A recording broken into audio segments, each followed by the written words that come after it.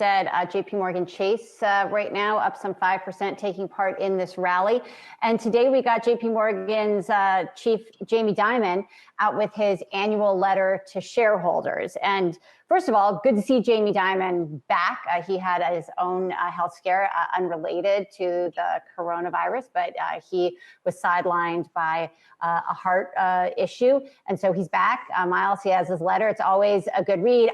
I guess the takeaway for me, or the headline when I first read it, was this idea that we could have a bad recession. Am I dwelling on the negative part of the note? Is there something else?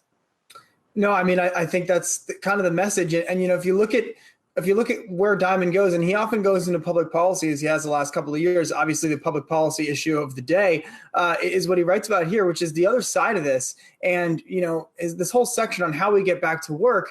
And I think that what he's outlining here is that there is no plan here in the U.S.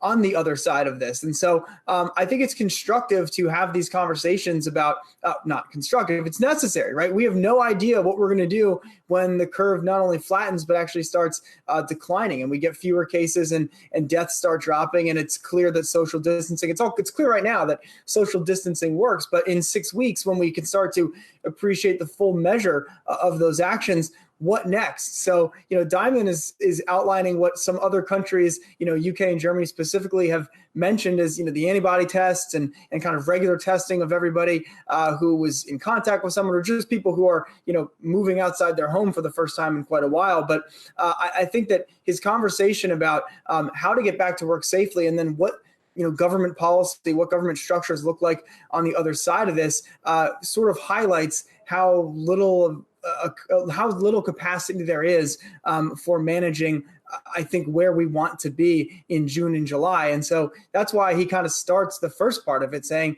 this is going to be a bad recession. He says we're not going to be immune from this impact, certainly as, you know, the largest money center bank in the country. And then the back half of the, you know, the reason why that first half is the way it is because the back half is sort of left with his best hopes and ideas, yet really nothing concrete for anyone to point to say, here's how it's going to go.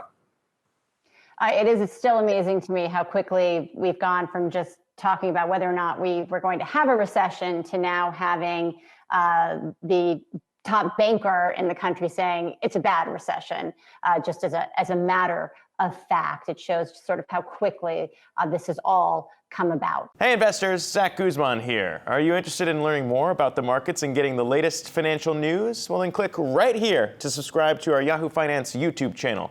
Get the latest up-to-the-minute market analysis, big interviews in the world of finance, and information on how to manage your money every day wherever you are.